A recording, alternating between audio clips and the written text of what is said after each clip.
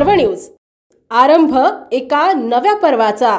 Wear house बांधण्याकरिता ग्रामपंचायतीची परवानगी मिळाली असतानाही परवानगी दिल्याचा मोबदला म्हणून ग्रामसेवकाने तक्रारदाराकडे 5,000 रुपये लाच मागितली होती। चोपडा तालुक्यातील देवगाव पारगाव ग्रामपंचायतीचे हेमचंद्र दत्तात्रय सोनवणे या ग्रामसेवकाला लाच घेताना लाचलुचपत प्रतिबंधक विभागाकडून रंगेहात अटक करण्यात आली आहे।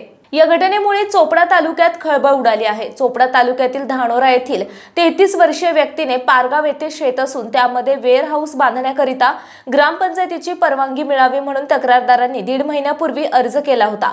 येथील ग्रामसेवक हेमचंद्र दत्तात्रय सोनवणे वय 39 यांनी वेअर हाऊस बांधकामाची परवानगी दिली।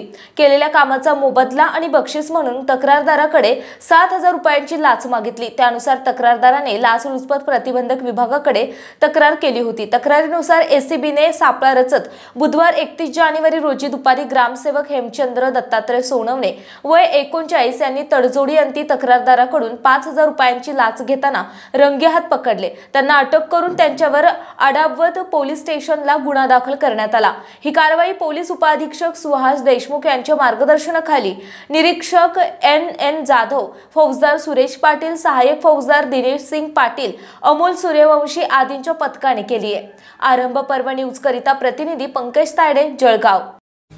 पुणे शहरातील आणि जिल्ह्यातील महत्त्वाच्या आणि ताज्या बातम्या पाहण्यासाठी आजच आमच्या आरंभ पर्व न्यूज चॅनलला YouTube वर सबस्क्राइब करा आणि बेल आयकॉन प्रेस करा।